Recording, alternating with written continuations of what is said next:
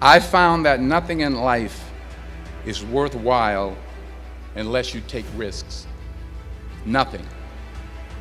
Nelson Mandela said, "There is no passion to be found playing small and settling for a life that's less than the one you're capable of living." Now, I'm sure in your experiences in school and applying to college and picking your major and deciding what you want to do with life, I'm sure people have told you to make sure you have something to fall back on. Make sure you got something to fall back on, honey. But I never understood that concept, having something to fall back on. If I'm going to fall, I don't want to fall back on anything except my faith. I want to fall forward. I figure at least this way I'll see what I'm going to hit. Fall forward. This is what I mean. Reggie Jackson struck out 2,600 times in his career, the most in the history of baseball. But you don't hear about the strikeouts. People remember the home runs. Fall forward. Thomas Edison conducted 1,000 failed experiments. Did you know that? I didn't know that. Because the 1,001st was the light bulb. Fall forward. Every failed experiment is one step closer to success. You've got to take risks, and I'm sure you've probably heard that before, but I want to talk to you about why that's so important. I got 3 reasons, and then you can pick up your iPhones. First, you will fail at some point in your life. Accept it. You will lose. You will embarrass yourself. You will suck at something. There's no doubt about it.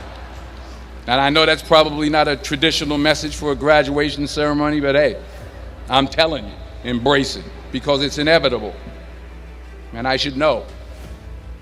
In the acting business, you fail all the time. Early on in my career, I auditioned for a part in a Broadway musical. Perfect role for me, I thought, except for the fact that I can't sing. So I'm in the wings, I'm about to go on stage, but the guy in front of me, he's singing like Pavarotti. He's just, and he's just going on and on and on, and I'm just shrinking, I'm getting smaller and smaller. So they say, "Oh, thank you very much, and you'll be hearing from us." So I come out with my little sheet music, and it was Just My Imagination by the Temptations. That's what I came up with. So I hand it to the accompanist, and she looks at it and looks at me, and looks out at the director, and is like, "All right." So I start, I'm going to sing. I'm like,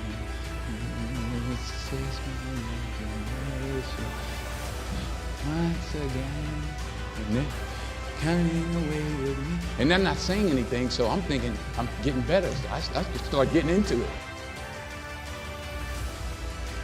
But the next part of the audition, he called me back. The next part of the audition is the acting part of the audition. So I'm like, hey, okay, maybe I can't sing, but I know I can act. So they pair me with this guy, and again, I didn't know about musical theater. And musical theater is big, so they can reach everyone all the way in the back of the stadium. And I'm more from a realistic, naturalistic kind of acting where you actually talk to the person next to you. So I don't know what my line was. My line was, "Well, hand me the cup." And his line was, "Well, I will hand you the cup, my dear. The cup will be there to be handed to you." I said, "Oh, okay." "Well, should I give you the cup back?" "Oh, yes, you should give it back to me, because you know that is my cup and it should be given back to me." I didn't get the job. But here's the thing. I didn't quit. I didn't fall back. I walked out of there to prepare for the next audition, and the next audition, and the next audition. I prayed. I prayed, and I prayed. But I continued to fail, and fail, and fail. But it didn't matter, because you know what? There's an old saying, You hang around the barbershop long enough, sooner or later you're going to get a haircut. So you will catch a break, and I did catch a break. Last year, I did a play called Fences on Broadway. Someone talked about it. Won the Tony Award. And I didn't have to sing, by the way. But here's the kicker. It was at the Court Theater. It was at the same theater that I failed that first audition 30 years prior. The point is, and I'll pick up the pace, the point is every graduate here today has the training and the talent to succeed. But do you have the guts to fail? Here's my second point about failure. If you don't fail, you're not even trying. I'll say it again. If you don't fail, you're not even trying. My wife told me this great expression. To get something you never had, you have to do something you never did. Les Brown's a motivational speaker. He made an analogy about this. He says, imagine you're on your deathbed, and standing around your deathbed are the ghosts representing your unfulfilled potential. The ghost of the ideas you never acted on. The ghost of the talents you didn't use. And they're standing around your bed, angry, disappointed, and upset. They say, we came to you because you could have brought us to life, they say. And now we have to go to the grave together. So I ask you today, how many ghosts are going to be around your bed when your time comes? You've invested a lot in your education, and people have invested in you. And let me tell you, the world needs your talents. Man, does it ever. I just got back from Africa like 2 days ago, so if I'm rambling on, it's because I'm jet lagged. I just got back from South Africa. It's a beautiful country, but there are places there with terrible poverty that need help. And Africa is just the tip of the iceberg. The Middle East needs your help. Japan needs your help. Alabama needs your help. Tennessee needs your help. Louisiana needs your help. Philadelphia needs your help.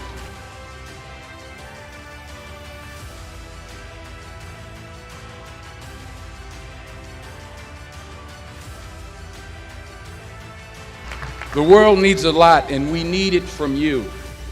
We really do. We need it from you young people. I mean, I'm not speaking for the rest of us up here, but I know I'm getting a little grayer.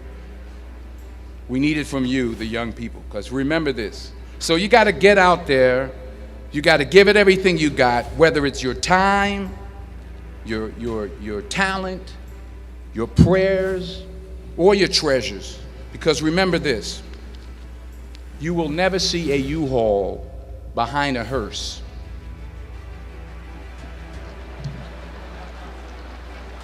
I'll say it again. You will never see a U-Haul behind a hearse.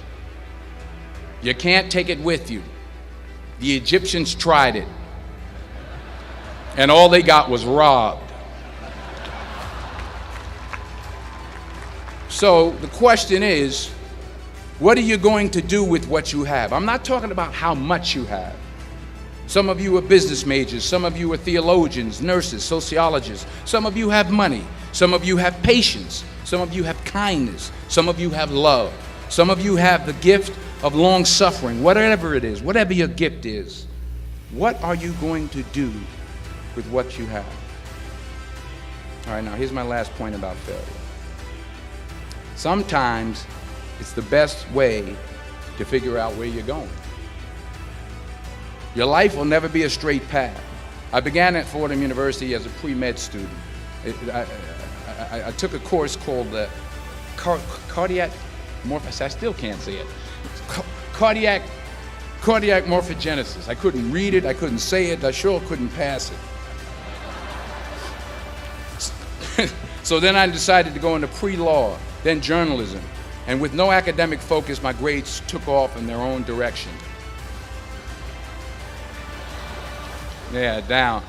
I was a 1.8 GPA one semester, and the university very politely suggested that it might be better to take some time off.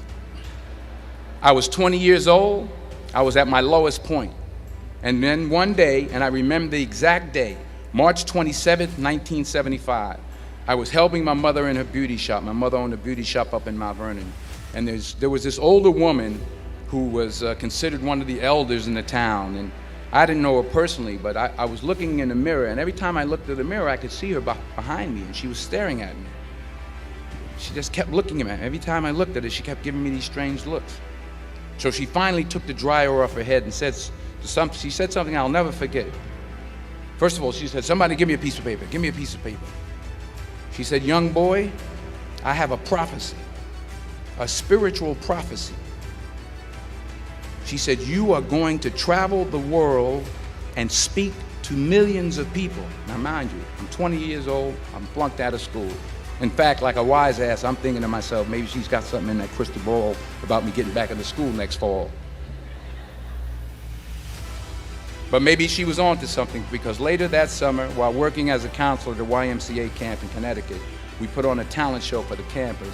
And after the show, another counselor came up to me and asked, "Have you ever thought about acting? You're good at that." So when I got back to Fordham that fall, I got in and I changed my major once again for the last time. And in the years that followed, just as that woman prophesied, I have traveled the world and I have spoken to millions of people through my movies. Millions who up till this day couldn't see me, who up till this day I couldn't see while I was talking to them, and they couldn't see me, they could only see the movie. They couldn't see the real me. But I see you today, and I'm encouraged by what I see. And I'm strengthened by what I see.